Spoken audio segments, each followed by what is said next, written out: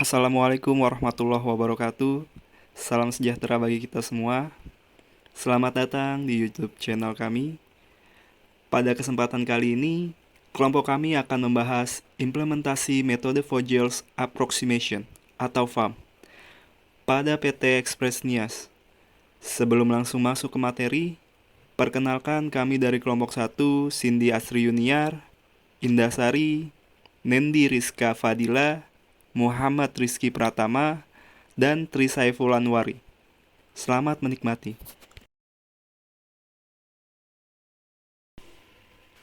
Pengoptimalan biaya transportasi pengiriman barang merupakan salah satu masalah yang sering dihadapi dalam pendistribusian barang. Seperti yang terjadi pada PT Express Nias yang merupakan salah satu perusahaan yang bekerja di bidang pengiriman barang. Tentunya, masalah yang sedang dialami adalah sistem pengoptimalan biaya pengiriman barang yang mengakibatkan banyak kerugian. Dalam metode Vogel Approximation Method, merupakan metode yang lebih mudah dan lebih cepat untuk digunakan dalam mengalokasikan sumber daya. Adapun tujuan dari penelitian ini untuk menganalisa dan menjelaskan langkah-langkah menggunakan metode Vogel dalam menghitung optimasi biaya dan bagaimana penyelesaian masalah dalam sistem pengoptimalan biaya pengiriman barang. Berdasarkan masalah di atas, agar pembahasan ini tidak meluas, maka kami batasi hanya untuk pembahasan langkah-langkah dalam pengoptimalan biaya pengiriman barang.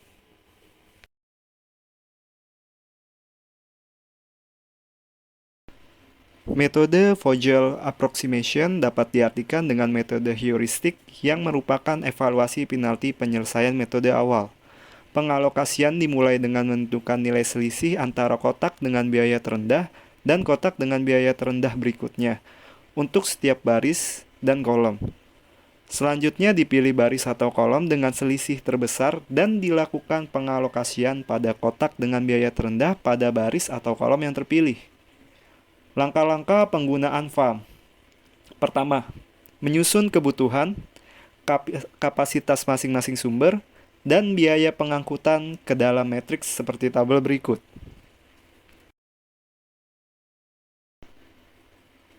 Kedua, mencari perbedaan dari dua biaya terkecil, yaitu biaya terkecil dan terkecil kedua untuk tiap baris dan kolom pada matriks. Ketiga, memilih satu nilai perbedaan-perbedaan yang terbesar di antara semua nilai perbedaan pada kolom dan baris. Keempat, isikan pada salah satu segi empat yang termasuk dalam kolom atau baris terpilih, yaitu pada segi empat yang biayanya terendah di antara segi empat lain pada kolom baris tersebut. Kelima, hilangkan baris P yang telah diisi kapasitasnya. Keenam, tentukan kembali perbedaan biaya pada langkah kedua untuk kolom dan baris yang belum terisi.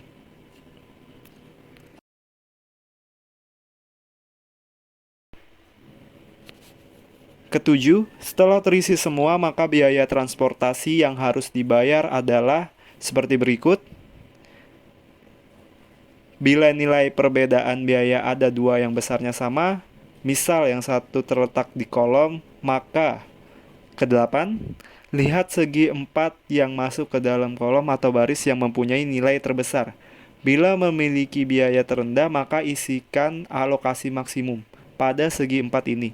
Bila biayanya tidak terendah, maka pilih segi empat yang akan diisi berdasarkan salah satu baris terpilih atau kolom terpilih. Keunggulan metode FAM adalah mudah untuk menghitungnya. Di sini saya akan menjelaskan hasil dan pembahasan tentang permasalahan transportasi. Yang pertama, ada kapasitas tidak sama dengan kebutuhan. Yang kedua, masalah degenerasi. Kapasitas tidak sama dengan kebutuhan, hal ini terjadi jika permintaan tidak sama dengan supply. Supply lebih besar daripada demand, sama dengan dummy destination atau gudang membuat kolom semu atau dummy kolom. Yang kedua, supply kurang dari demand sama dengan dummy source atau pabrik membuat baris semu atau dummy raw, sehingga jumlah kapasitas sama dengan kebutuhan Pembuatan baris atau kolom semu ini diisi dengan biaya 0. Setelah baris atau kolom dummy diisi dengan biaya 0, maka dapat diselesaikan dengan metode stepping stone, MODI atau FIM. Supply lebih besar daripada demand sama dengan kapasitas lebih besar daripada kebutuhan. Contoh kasus di sini, jika kapasitas pabrik pack menjadi 100 ton sehingga total supply menjadi 250 ton. Sedangkan kebutuhan gudang A, B, dan C tetap sebesar 200 ton. Untuk menyimbangkan permasalahan ini, maka dibuat atau ditambahkan kolom semu dummy kolom di kolom keempat dengan kapasitas 250 dikurangi 200 sama dengan 50 ton. Sehingga kapasitas pabrik sama dengan kebutuhan gudang. Di sini ada contoh tabel data mula-mula, yaitu di sini dummy down-nya ada di baris keempat itu 0 di pabrik W, pabrik H, dan pabrik P. Selanjutnya di sini kita akan menggunakan tabel alokasi metode stepping stone. Di sini biaya transportasi 50 dimasukkan ke kolom gudang A di baris pabrik W. Lalu biaya transportasi 40 dimasukkan ke baris gudang B di baris pabrik W di kolom gudang B. Selanjutnya ada biaya transportasi 60 dimasukkan ke kolom gudang B dan baris pabrik H. Selanjutnya ada biaya transportasi 10 dimasukkan ke baris pabrik P di kolom gudang B. Selanjutnya juga ada biaya transportasi 40 dimasukkan ke baris pabrik P di kolom gudang C. Dan terakhir ada biaya transportasi 50 untuk di baris dummy down di kolom pabrik P. Sehingga didapatkan total biaya transportasi yaitu 50 dikali 20 ditambah 40 dikali 5 ditambah 60 dikali 20 ditambah 10 kali 10 ditambah 40 kali 19 ditambah 50 kali 0 sama dengan 3.260. Selanjutnya yaitu supply lebih kecil dari demand atau sama dengan kapasitas lebih kecil dari kebutuhan. Contoh kasus, jika terjadi jumlah permintaan atau demand kebutuhan gudang sebesar 250 ton lebih besar dari supply kapasitas pabrik sebesar 200 ton, maka dibutuhkan atau ditambahkan baris semu dummy raw dengan kapasitas sebesar 250 dikurangi 200 sama dengan 50 ton, sehingga kapasitas pabrik sama dengan kebutuhan gudang. Di sini ada tabel data mula-mula, yaitu ditambahkan baris dummy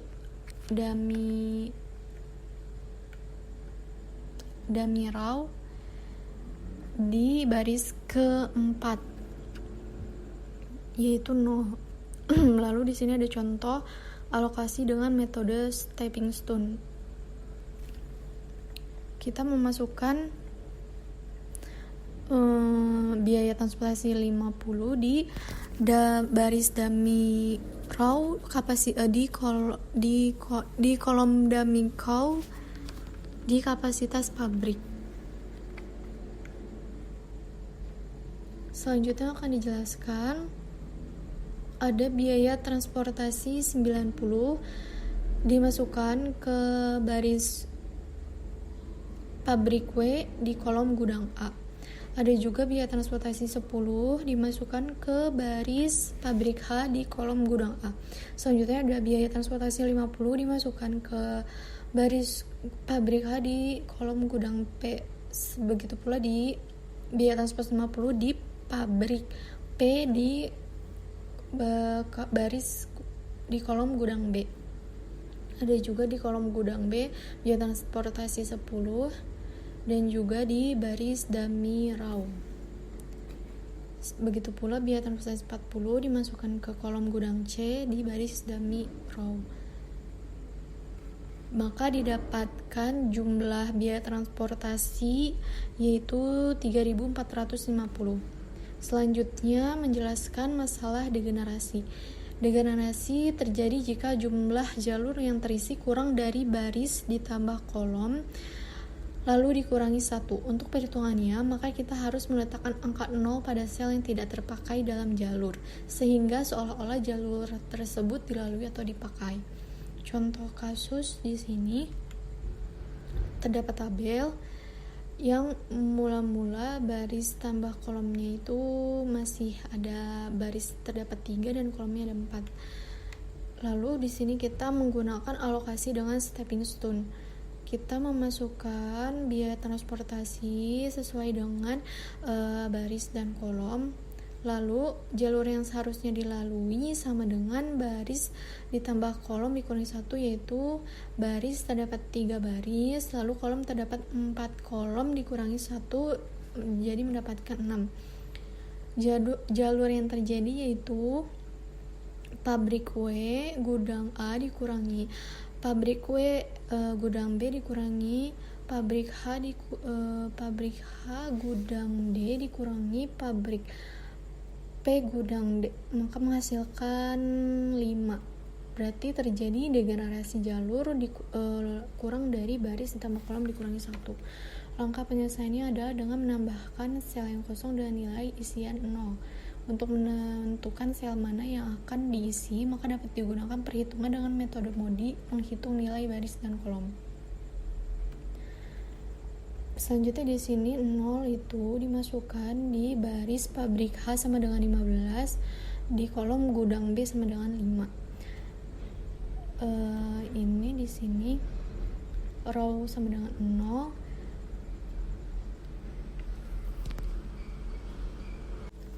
Selanjutnya itu mencari nilai baris dan kolom.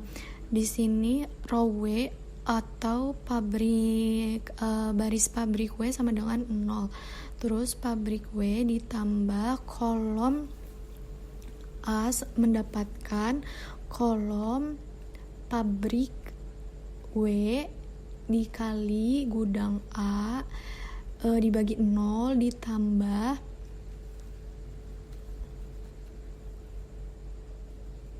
kolom A sama dengan 20 dan mendapatkan kolom A sama dengan 20. Selanjutnya ada pabrik W ditambah kolom B sama dengan kolom pabrik W dikali pabrik B dibagi 0 ditambah kolom B sama dengan 5. Baris H tidak dapat dicari karena sel H, pabrik H dan B yaitu gudang kosong. Untuk itu, maka sel yang diisi dengan nilai 0 adalah HB. Selanjutnya dapat dihitung indeks perbaikan sebagai dasar pencapaian alokasi yang optimal. Selanjutnya yaitu model yang digunakan dalam pemecahan masalah yang telah teridentifikasi adalah model pemrograman linear permasalahan minimasi dengan menggunakan software Lingo.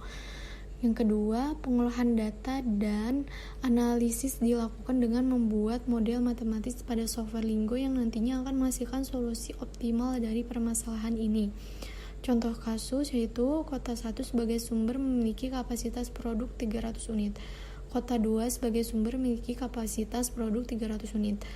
Terdapat 3 kota penghubung atau distributor yang terdapat di kota 3, kota 4, dan kota 5 dengan kapasitas masing-masing sebesar 600 unit.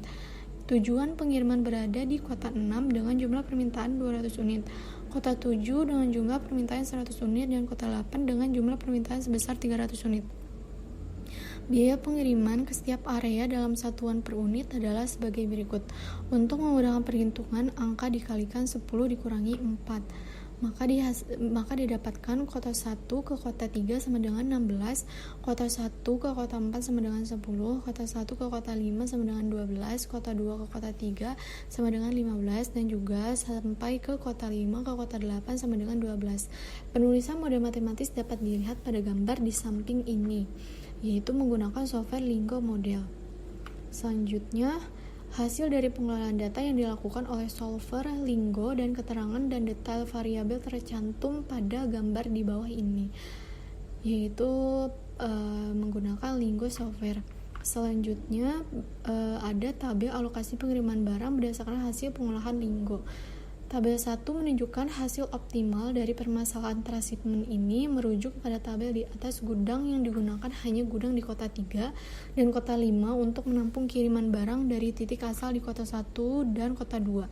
Kemudian gudang di kota 3 dan kota 5 mengirimkan barang ke kota tujuan yaitu kota 6, kota 7, dan kota 8. Dengan alokasi tersebut maka didapatkan hasil optimal dari minimasi sebagai berikut.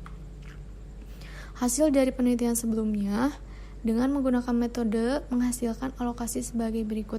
Berikut ini adalah contohnya. Dari tabel 1 dan tabel 2 dapat dilihat bahwa kedua metode menghasilkan hasil yang sama dari segi alokasi jumlah pengiriman dan juga total biaya yaitu sebesar 12.400.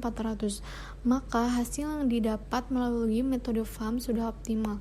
Namun dalam mengaplikasikan permasalahan yang lebih rumit, metode Vogel akan menjadi kurang efisien karena dapat menimbulkan jumlah perhitungan dan iterasi yang cukup banyak, sedangkan menggunakan Linggo hanya perlu menginput semua data yang diperlukan dan akan diselesaikan dengan sendirinya setelah menekan fungsi solve.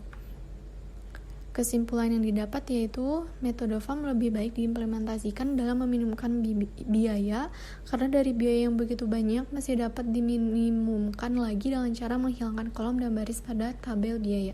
Yang kedua, pengoptimalan biaya pengiriman barang pada PT Nias Express lebih optimal dengan menggunakan metode FAM dibandingkan dengan metode lainnya. Sekian presentasi dari kelompok kami, kurang lebihnya mohon dimaafkan. Terima kasih. Wassalamualaikum warahmatullahi wabarakatuh.